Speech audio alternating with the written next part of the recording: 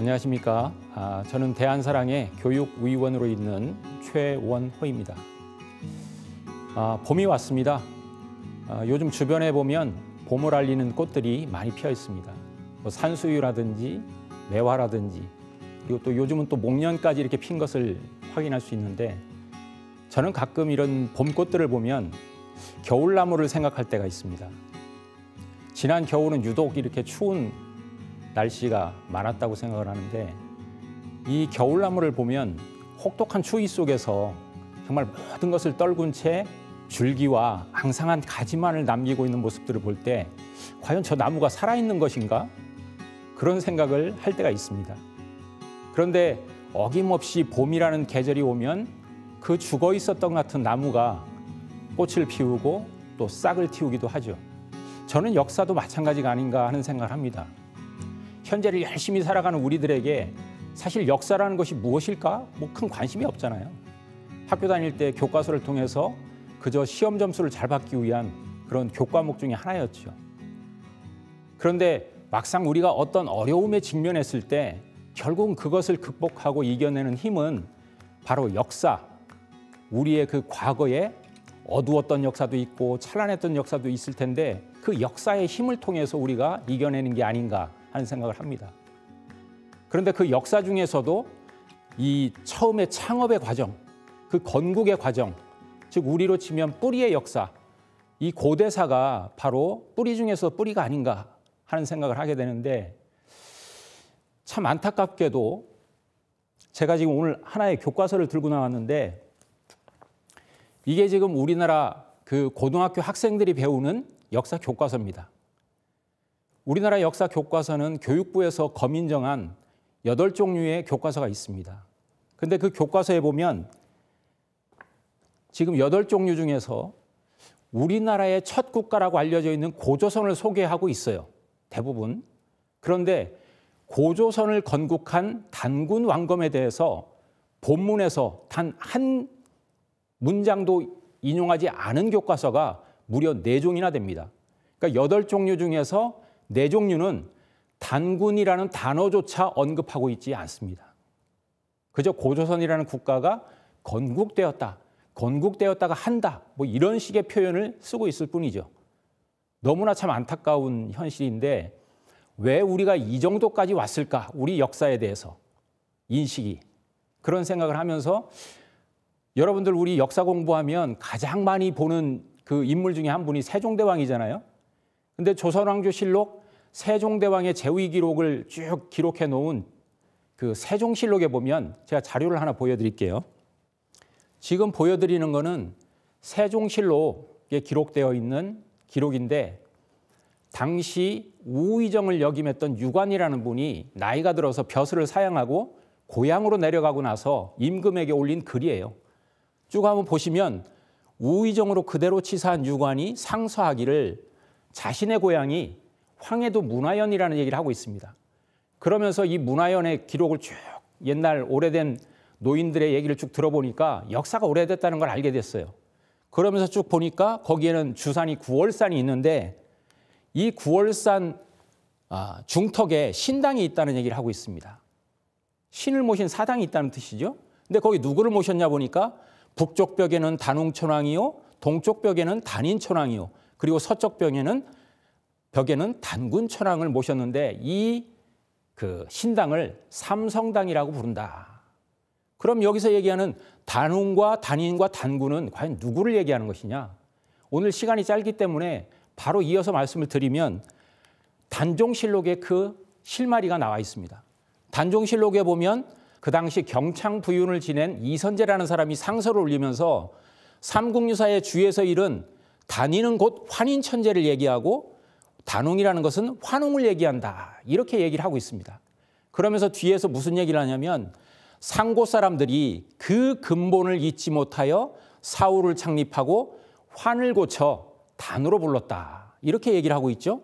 그래서 삼성이라고 칭했는데 과연 어느 시대에 창건하였는지 알지 못한다. 이 얘기는 뭐냐면 이 삼성당이라는 것이 세워져 있는데 이게 조선 세종 때 세워진 것이 아니라 그 이전부터 전해 내려오는 것이라는 것을 알 수 있죠. 그리고 이 삼성이라는 분, 환인과 환웅과 단군이라는 이 세 분이 우리 역사의 세 분 성인으로서 삼성조의 역사로부터 우리 역사가 시작되었다 하는 것을 그 감사함, 그 근본을 잊지 않기 위해서 사당을 세워서 모시고 있다 하는 얘기를 하고 있는 것이죠.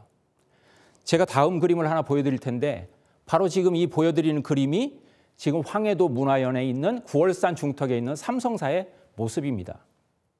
물론 이 모습이 조선시대부터 내려오는 모습인지는 모르겠지만 이 모습이 그동안 전해지고 있고 지금까지 전해지고 있고 저 가운데 중앙에 있는 것이 삼성전이라는 전각인데 그 안을 들여다보면 이렇게 환인천재와 환웅천왕과 단군왕검이라는 세 분을 엄연히 우리의 역사 시조로서 받아들이고 모시고 있다는 것을 알 수 있습니다. 그런데 사실은 아까 제가 세종실록이나 단종실록을 보여드렸지만 영조와 정조 때 그리고 조선의 마지막 임금인 고종 임금께서도 승정원 일기 기록을 보면 삼성사에 치제를 올린 기록들이 남아 있습니다. 그만큼 조선시대 내내 이 환인, 환웅, 단군을 우리의 역사 시조로서 인식하는 사관이 있었다는 걸 확인할 수 있죠. 그리고 안타깝지만 대일항쟁기 때 1916년으로 기록되어 있는데요. 1916년 음력 8월 15일 대종교를 창시한 나철이 이 보여드린 삼성사에서 천제를 지냈다는 기록이 있는데 그때 당시 이 천제를 지낸 부분에 대해서 일본 관원이 아주 민심의 동요를 걱정해가지고 그때 이 삼성사를 완전히 헐어버렸다는 기록이 있습니다. 그래서 아마 지금 우리가 보여드린 교과서 같이 오늘날 우리들의 역사 인식이 우리 뿌리 역사에 대한 인식이 삼성조가 뭐냐 하는 인식을 갖게 된 게 아닌가. 그리고 단군 왕검조차도 지금도 역사적 인물인지 아니면 신화적 인물인지를 헷갈릴 정도의 그런 역사 인식을 하고 있는 것이 바로 삼성에 대한 인식이다.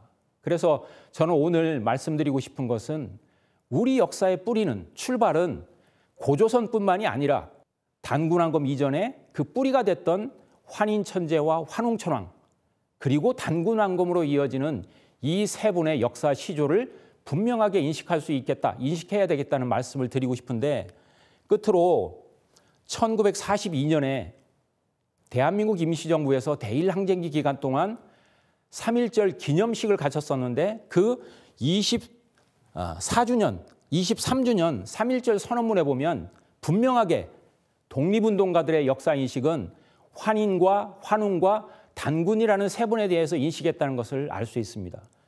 쭉 보시면 우리 민족은 처음 환국이 창립된 이래 단군, 부여, 사만 그리고 대한민국을 거쳐서 쭉 역사가 이어져 왔다는 역사인식을 선언문에 발표를 하고 있다는 것을 알 수 있죠. 저기서 얘기하는 환국과 단군이라는 것은 바로 다름 아닌 환인과 환웅 그리고 고조선을 창업한 단군으로 이어지는 것이 우리 역사의 출발점이었다는 것을 분명하게 선언하고 있는 것입니다. 뿌리 깊은 나무는 바람에 안이밀세 흔들리지 않는다. 그 결과가 뭡니까? 꽃 좋고 열매가 잘 맺힌다는 얘기가 있습니다. 결국은 오늘날 우리 모든 5천만 또 전 세계 8,200만 대한국인이 이 역사 속에서 정말로 우리의 민족성을 발휘를 하기 위해서는 우리의 역사의 출발인 환인과 환웅 그리고 단군에 대한 분명한 인식이 필요하다는 말씀을 오늘 꼭 전해드리고 싶습니다. 고맙습니다.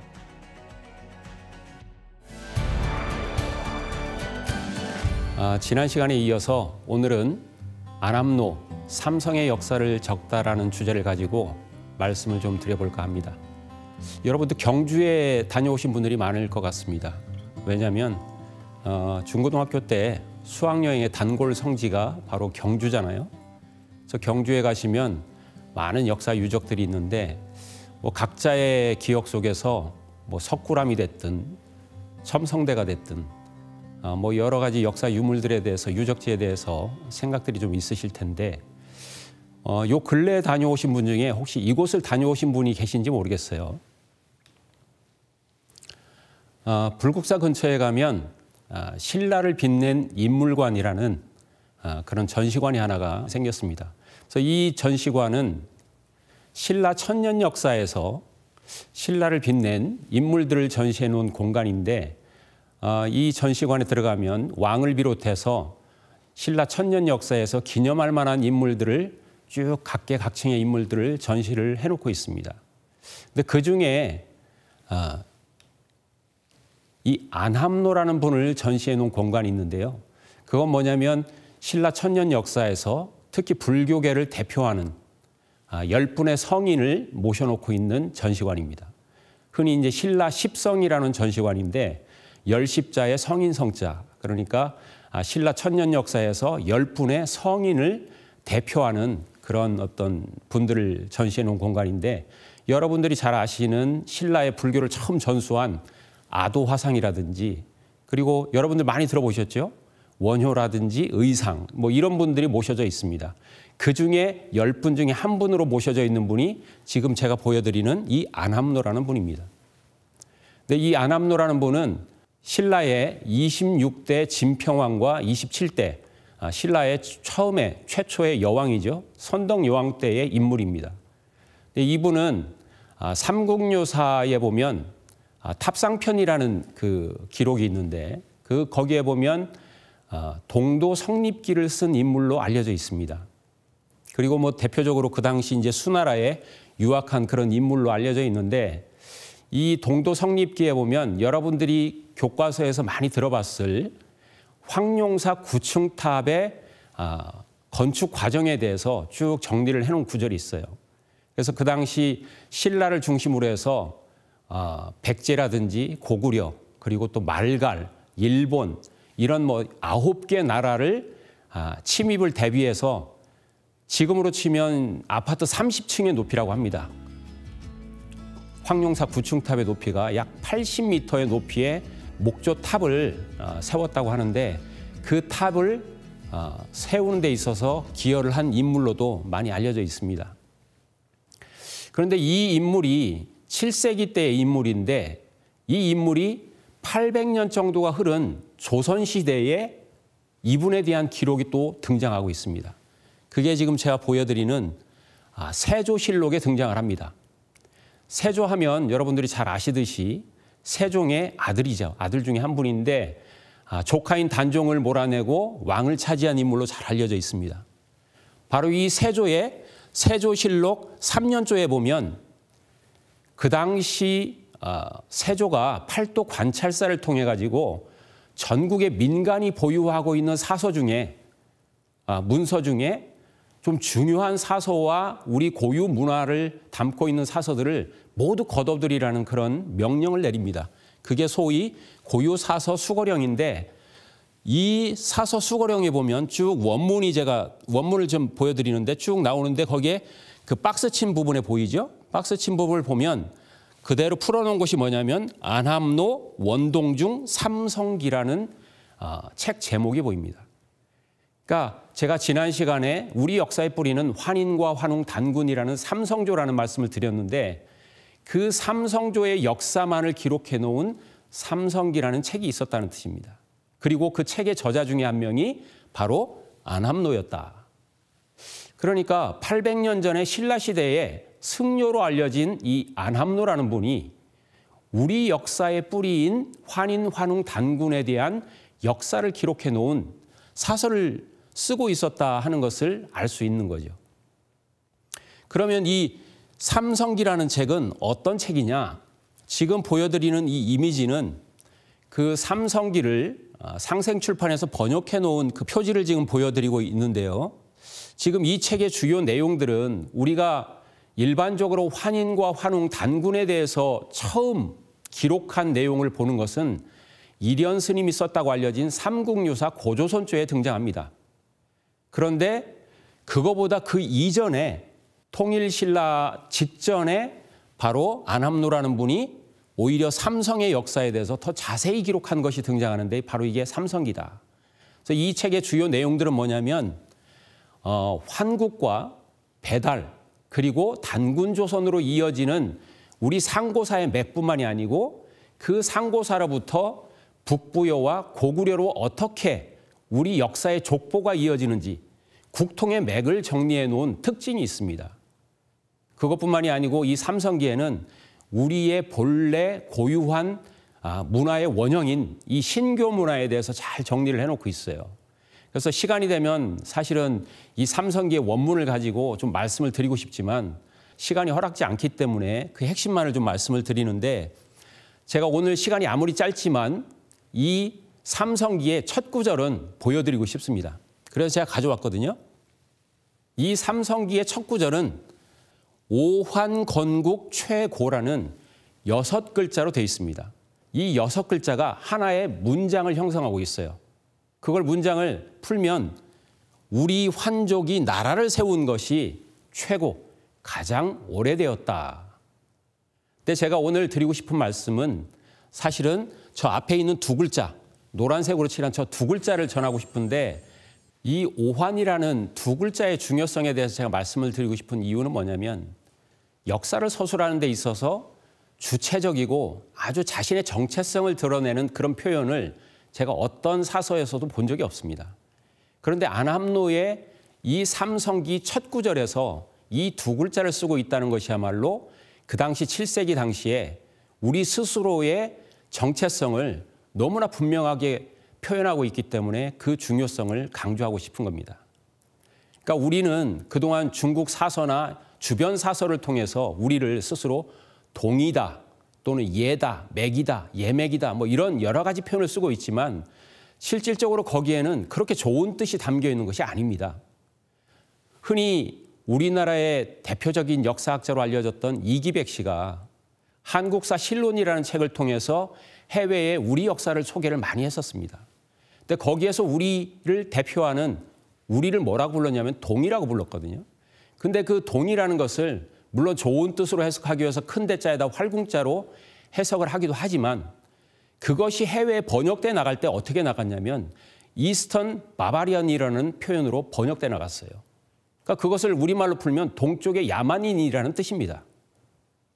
그러니까 우리가 우리 스스로를 동쪽의 야만인이라고 정의를 할 수 있을까요?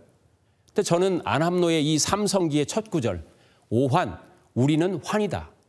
이 환이라는 것은 쉬운 말로 우리말에 환하다라는 뜻이에요. 환한 존재다. 우리는 아주 밝은 존재다.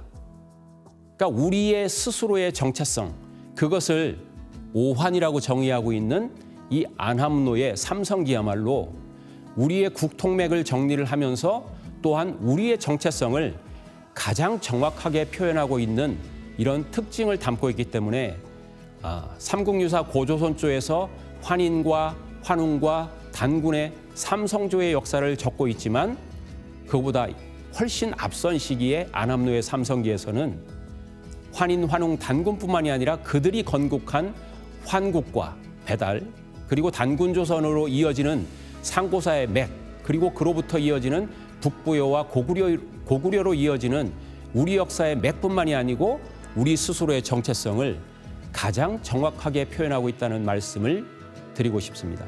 이 삼성기라는 책을 꼭 읽어보시기를 권해드리겠습니다. 오늘은 삼성의 정신, 환단이라는 주제를 가지고 말씀을 좀 드려볼까 합니다. 여러분들 혹시 대학 캠퍼스에 가보셨나요? 서울대학교 사범대 앞에 가면 2015년에 한 분의 흉상이 건립이 되었다고 합니다.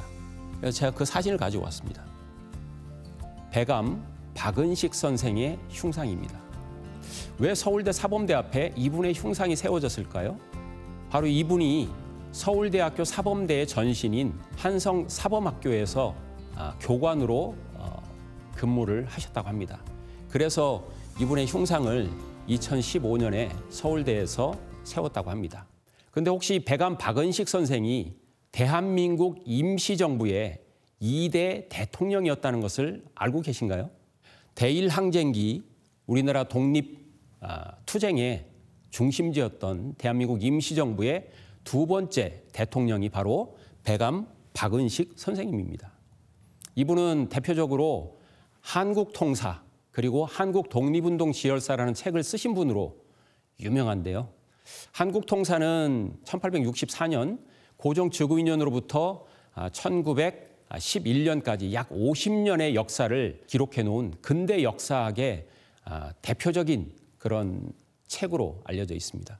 근데 그분의 책에 이 서문에 보면 대표적으로 아주 유명한 말이 실려 있습니다.